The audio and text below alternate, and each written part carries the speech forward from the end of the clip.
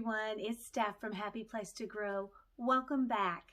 Hey, it's almost Christmas, so here in my classroom, yes, we are able, here in our county, we are able to have in-person school. We started off this year with a hybrid model of a group A and a group B, coming 2 days and 2 days with a remote day on Wednesday. For the last couple months, we've been able to join together as a whole group, and so far, so good. So we've got this week and next week, and then we're out for Christmas break. So this week, which the date today is actually December 8th, tomorrow is a remote day for us. So we've been talking about the Gingerbread Man. And I wanted to share with you some of the great activities that I have compiled over the years. And I started out this many years ago, and I was doing all of these activities, or a lot of these activities. I was trying to do it all in one day, and I was calling it the Gingerbread Day. However, over the years, I have realized there are just so many great activities that I can use with my students. I've got writing, I've got listening activities, art activities, math activities that involve eating some gingerbread. I just can't get it all done in one day, so I've just stretched out all these activities in a week. So yesterday was Monday, and we started our gingerbread unit, and today we worked on a few more activities, and then we'll continue on Thursday. Now, of course, I only have 4 days this year instead of 5, so I'm going to have to condense some of my activities. So let's get started with the sharing. The first thing I like to do for my students is to actually read this fairy tale, and I have this version that when I was teaching in another school district, I was able to, we had a reading collection, a basil reading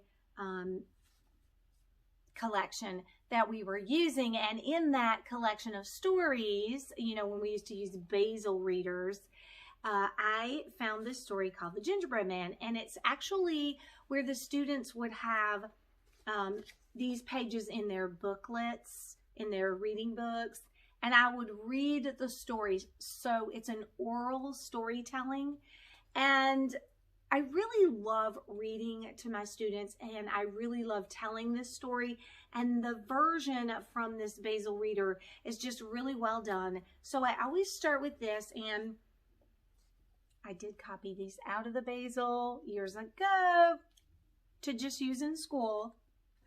But anyhow, I put this in a PowerPoint. I just scanned these pictures in. So when I am telling the story to my students, they will see these pictures come up on the smart board.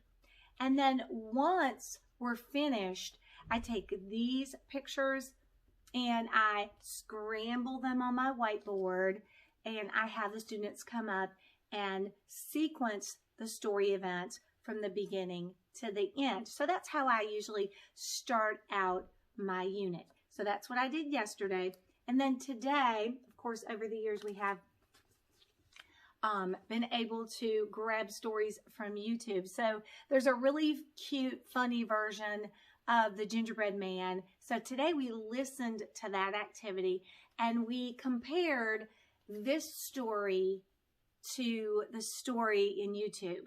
There were some differences and some things that were alike. So we did an oral comparison, and we were also thinking about the Gingerbread Man and his character traits. So we started that today. I have a little sheet where they're filling out the character traits, and we're doing that together. We're describing this character, how he looks, how he acts, and then we're filling it into a little sheet. So we're working on that.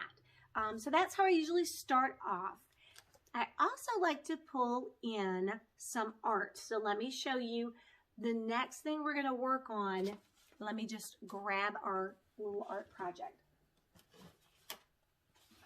So again, I really came up with a lot of these activities to be done in a day, and it was really difficult. So I've stretched this out over time.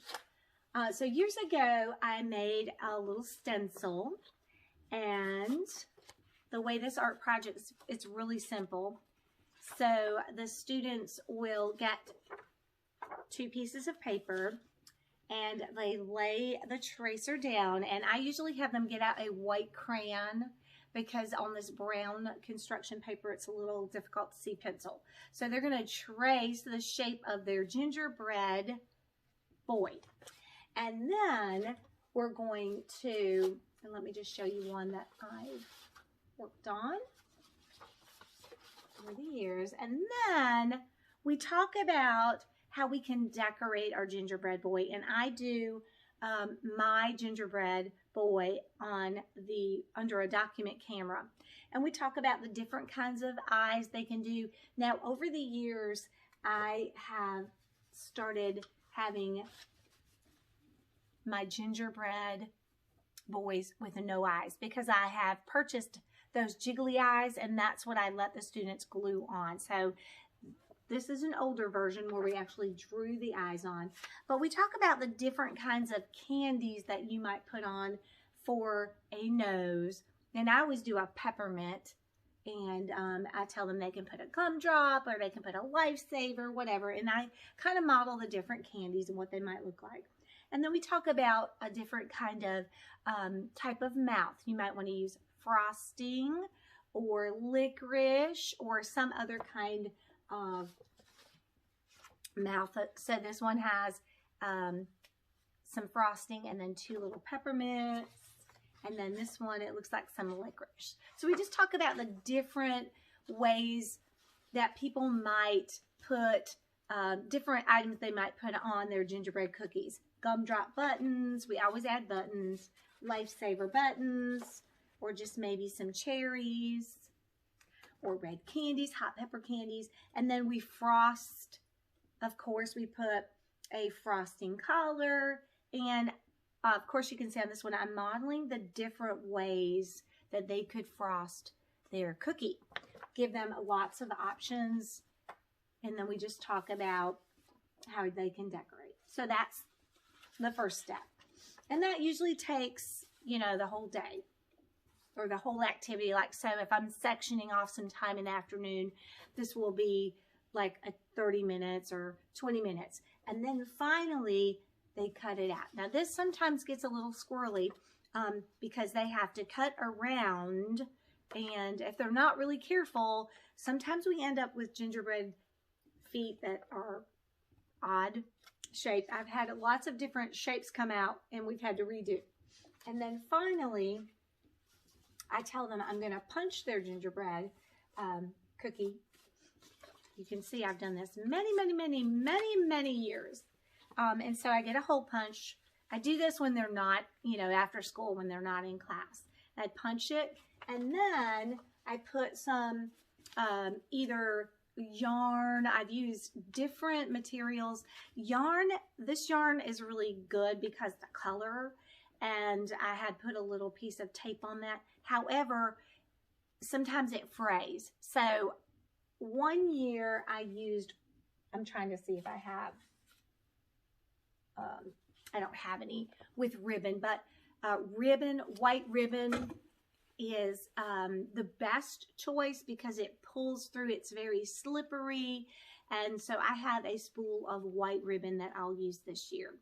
So I practice with them how to stitch.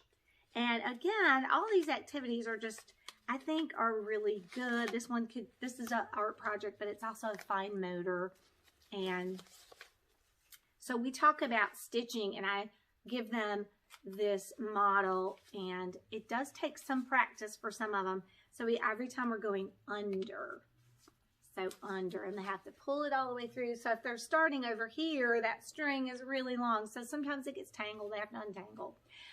So it is a work that takes a couple of days. So sometimes we have to undo and redo, but some of them want to go over, but I always tell them, let's do this stitch because then it secures all the way around, because the final thing that we have to do. And I'll tell them, you need to leave a little section open here because we're going to stuff it. And I let them take tissue and they break it, and then they take their pencil and they just move it and push it, and they have to take their pencil and just push the tissue to puff up, you know, like a cookie bakes in the oven. So they're pushing that tissue. Sometimes right here it gets really chubby. They're really cute. And so the final thing is when they're all stuffed, then I'll help them sew up, and we'll snip and tape, and they have a cute little gingerbread art project. So that is definitely something that is really fun. They always enjoy. It can be frustrating for them and for me, but still, it's something worthwhile. So that's a little art project I do.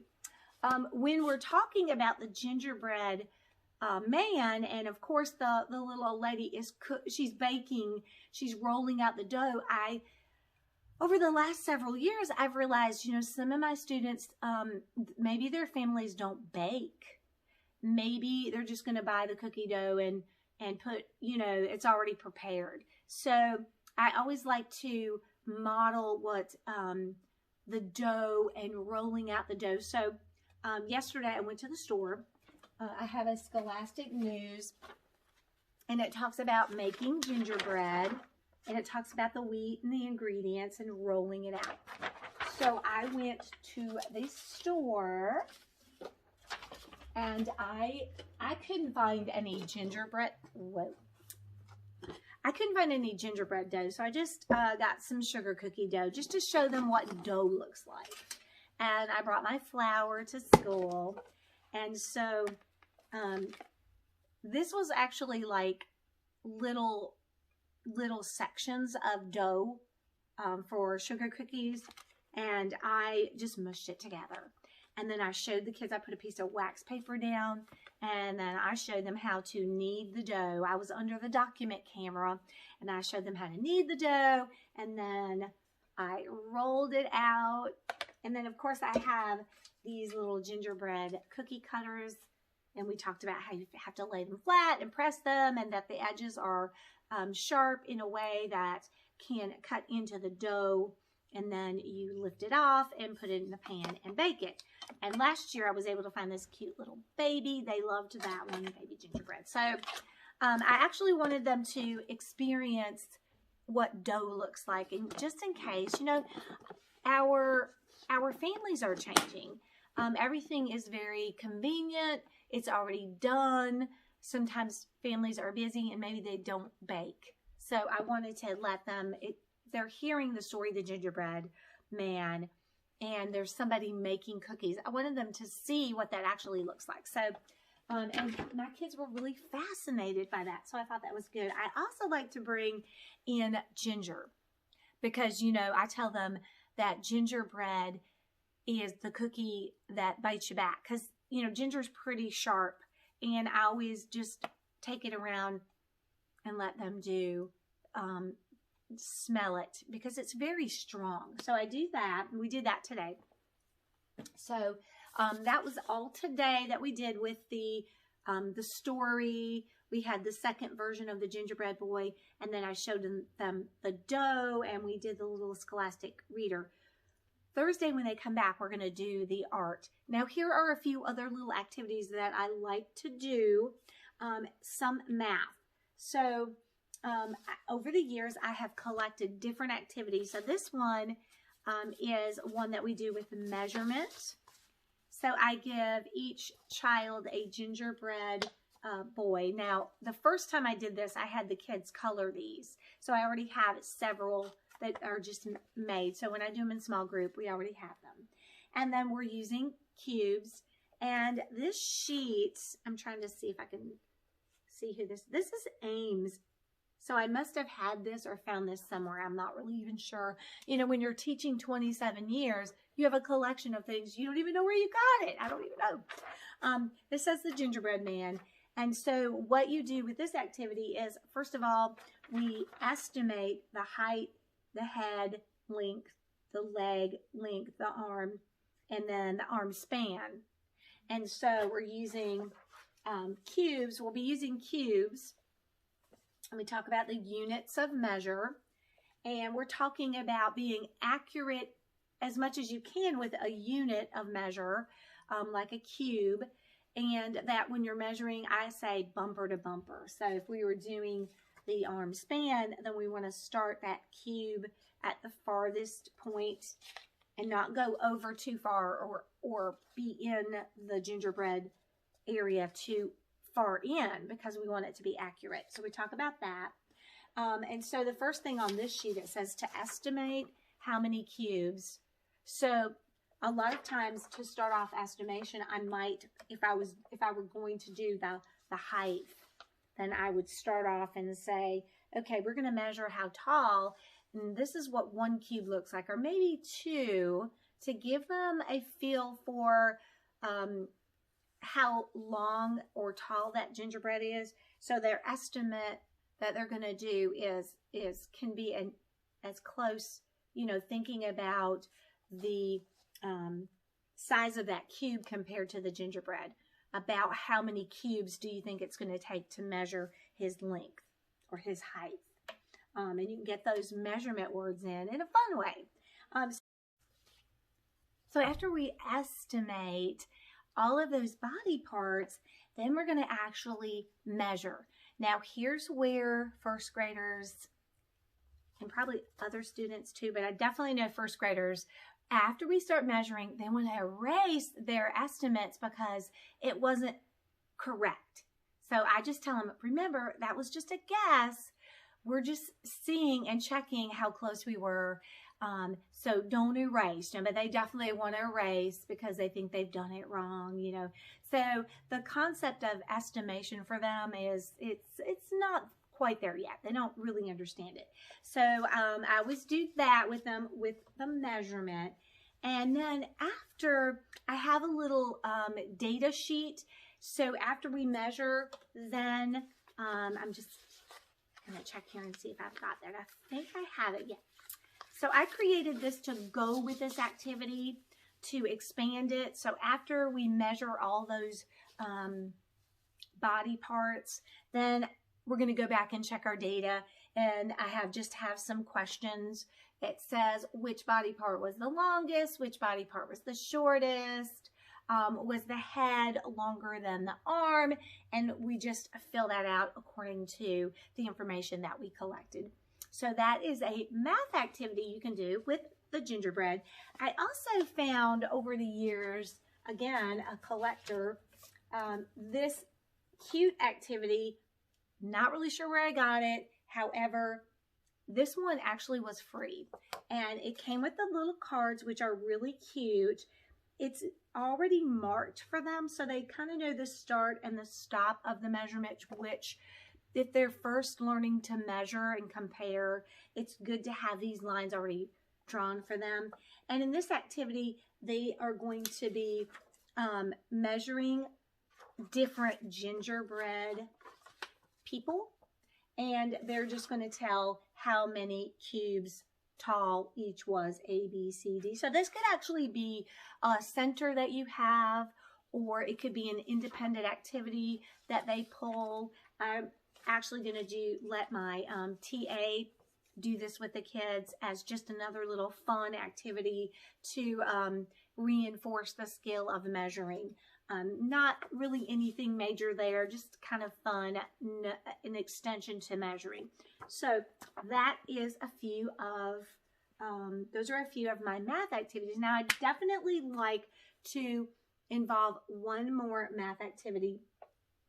And this involves, and I'm trying to find my little sheet. I was putting everything out because I have so much gingerbread material that I have all this stuff, and I'm not sure where to put this activity. But anyhow, this one involves eating the gingerbread, and it's a math activity. So I call it, you know, we're going to bite a gingerbread boy. So the first thing we do, I always get these kind of gingerbread cookies because they're soft and sweet. And so I talk to my students about pulling the gingerbread cookies out carefully when we start. And I don't tell them what we're doing. I just say, today we're going to be doing some gingerbread math. And so the first thing I want you to do is get your gingerbread boy out. And then they've got these little cellophane wrappers. Let's put it on there. And so I talked to them about, we're going to be taking one bite of our gingerbread boy. So they're going to take a bite to start off with. And I just say, take one bite. And so they have the opportunity to bite this gingerbread boy anywhere they want. I like this cookie also because there is a distinct head, arms, and legs. Some gingerbread cookies are long, and so they have a middle section. So I have everyone take a bite.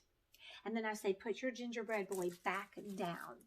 So after they bite their gingerbread boy, then we gather the data.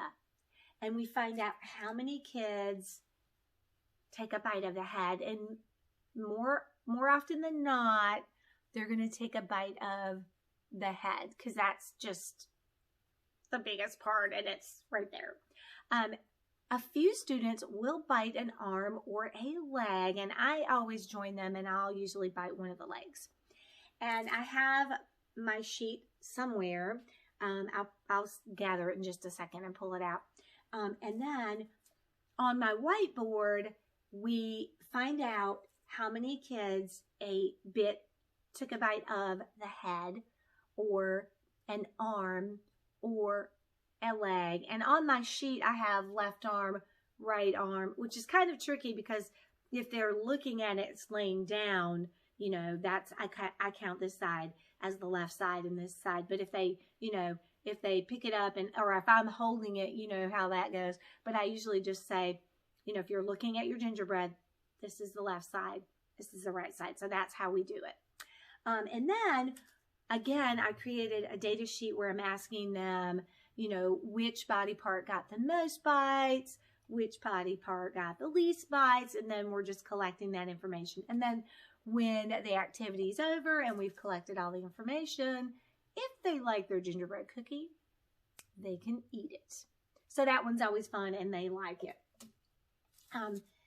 A science activity that I like to do is, and I actually got this from, it looks like her name is Amy Lowe's, Mrs. Lowe's Kindergarten Corner. So that's where I got that. And that might be where that gingerbread measuring came from, because the little design looks a little bit the same.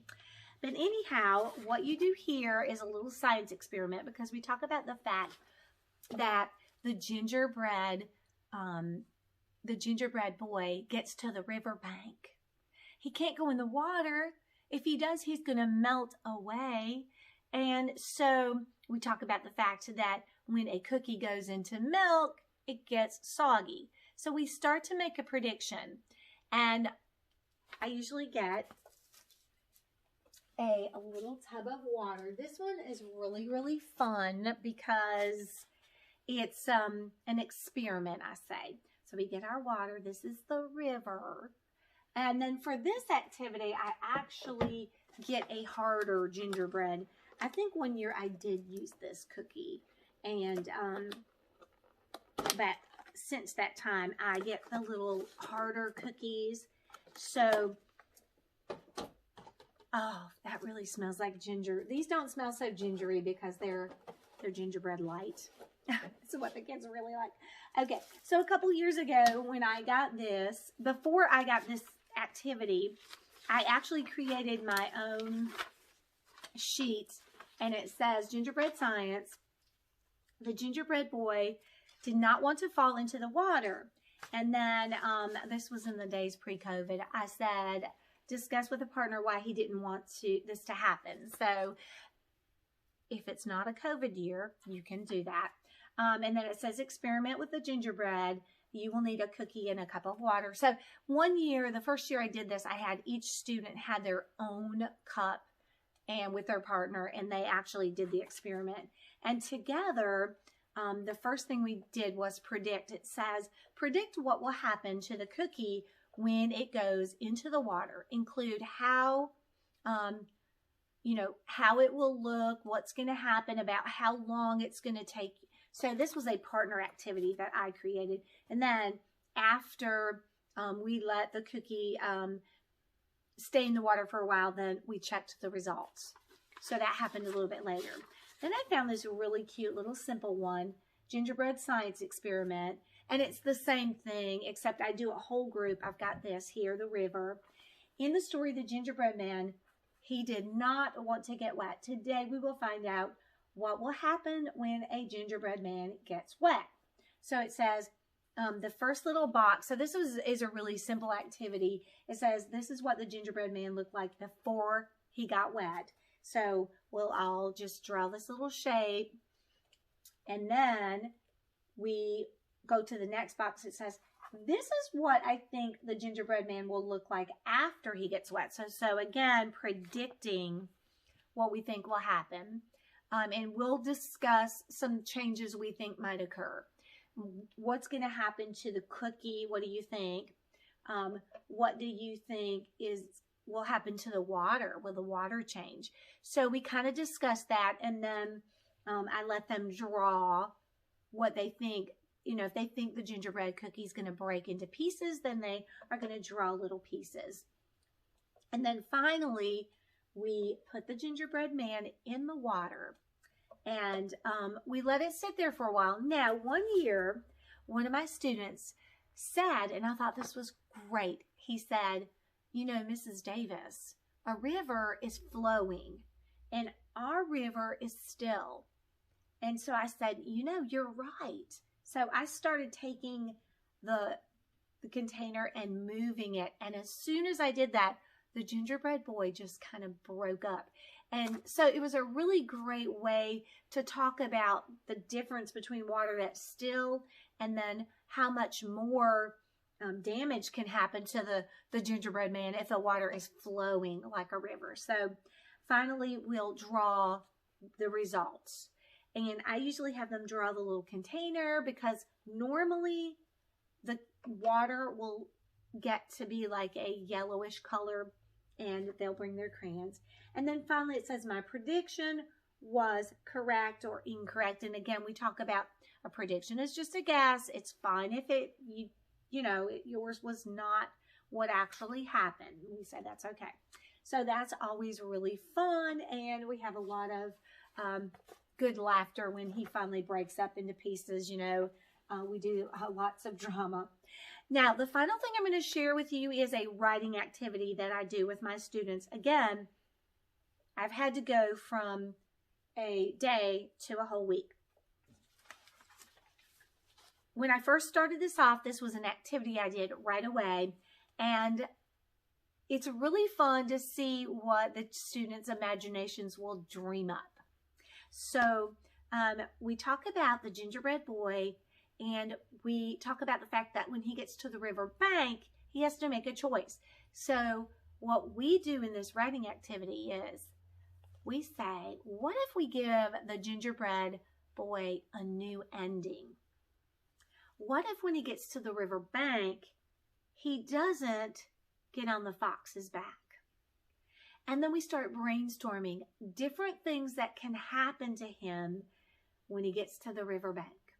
And the students, their imaginations go bananas. Some will talk about, oh, Mrs. Davis, he sees some rocks in the water and he hops across and he safely gets to the other side. Or a fish swims along and picks him up and takes him to the other side. Or a fish takes him to the middle and he slips off the fish's back and falls in the water and melts away. I mean, the possibilities for a new ending are just amazing what they can come up with. So we brainstorm some different things that can happen to him, but it can't be to get on a fox's back. We talk about things that might be at the riverbank. We talk about there could be a frog, there could be a turtle, a fish, there could be another animal like a deer. There could be some logs in the water or nearby, some stones, some lily pads. We talk about there could be a bridge. He could run down the riverbank and find a bridge and get across. Or, oh, there's a little boat just so happens there's a little boat and he rows across. So, I mean, I've heard it all. So what I do is I pick my new ending, and I always do a model for the students, and I let them start off the same way that I do.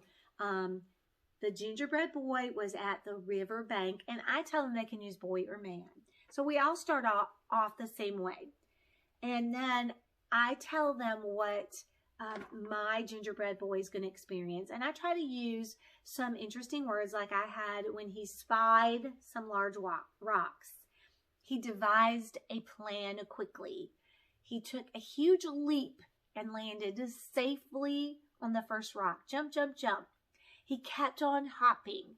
So I write this and I'm reading it out. And of course they're fascinated.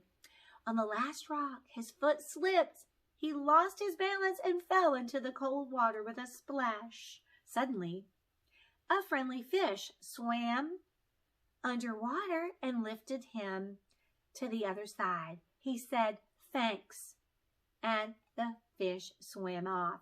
The boy was wet, but still in one piece.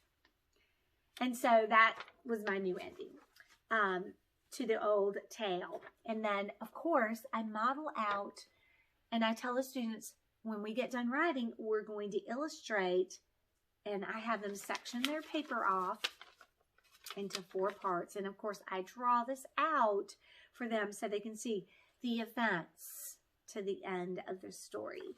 And we talk about the setting, that he's at the riverbank, and the water and the sky, what's going to be around. So we're talking about details. Of course, this takes, you know, several writer's workshop sessions. And then last year, I actually started pulling my students and working with them one-on-one. And for some reason, I kept these. So I'm going to share these new endings with my students, but I'll usually pull them aside and we'll do a writing conference and do some tweaking, and I'll help them with their illustrating. So this is a really valuable and fun activity that I think is well worth the time. So you can see with all these activities, and these are just the big ones I do. I have couple little other ones that I do with them, but these are the major ones I do. But you can see I don't even know why I thought I could do all of these in one day.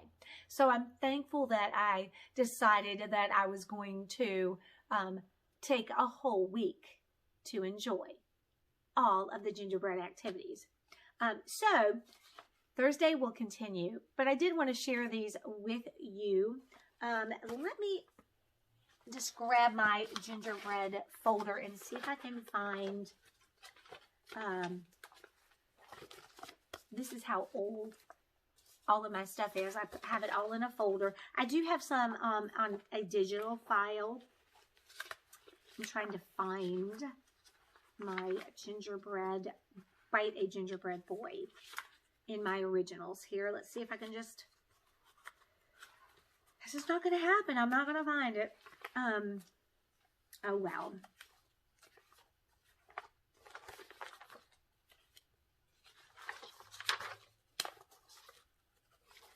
Okay, I'm finding every activity except that one.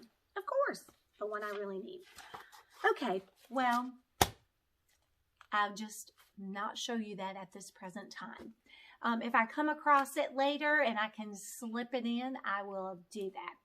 All right, so I'm going to come to a close with this video for today. I hope that these activities, sharing these activities has been fun and helpful, and maybe you can incorporate some of these ideas into your Christmas fun activities.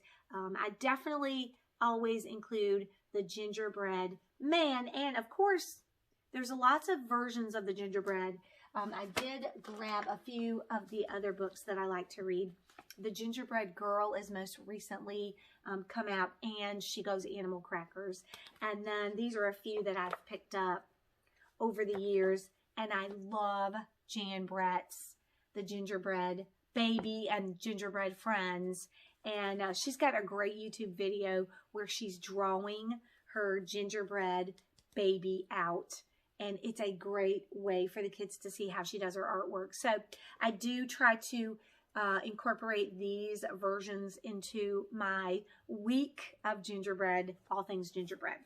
All right, until our next video together, as always, have a good one, and hopefully you will have a great week of Christmas fun with your students if you're in school.